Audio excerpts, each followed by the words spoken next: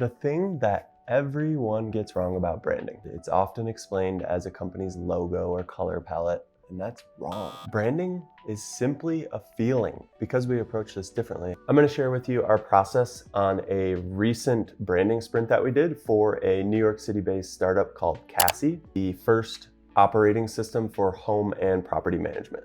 We always start with a really detailed brand questionnaire that we send to our client in the 5-day onboarding process. At the end of our onboarding process, we have a workshop. In that workshop, we cover 4 key areas: problem framing, competitive analysis, our activation framework, and then brand positioning. Coming out of that workshop, we have a really deep understanding of the core ethos of the brand and product, who they exist to serve, and then how we can take that to position them as highly differentiated among competitors. Once our activation framework is approved from the workshop, that's when we begin identity design. At the end of the first week sprint, we present 2 completely unique identity directions for Cassie. These are fully blown out concepts, how the brand would show up in the real world today if it were to launch. So there's absolutely no guessing for the client. Following that meeting, the client provides consolidated feedback. In the second week, we implement that feedback and further refine the concept.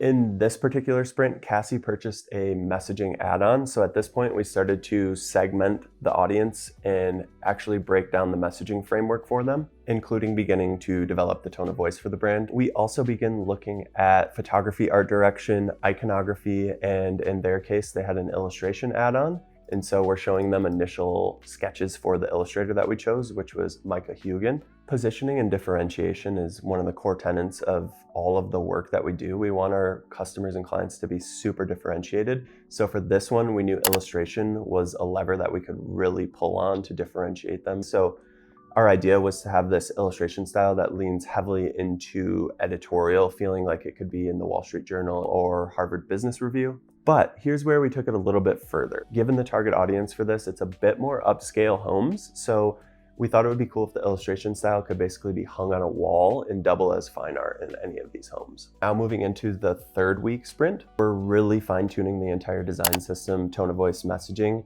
and preparing final asset exports for logos and whatnot, and brand guide, pitch deck template, all of those good things. The result of this sprint is a highly flexible brand system that can adapt to Cassie's different audiences, B2B and B2C, without losing effectiveness and personality of the brand. Stay tuned for part 2, where we embark on our 5-week website sprint with Cassie, where we build a fully custom website with animations, interactive illustrations, and all of that good stuff.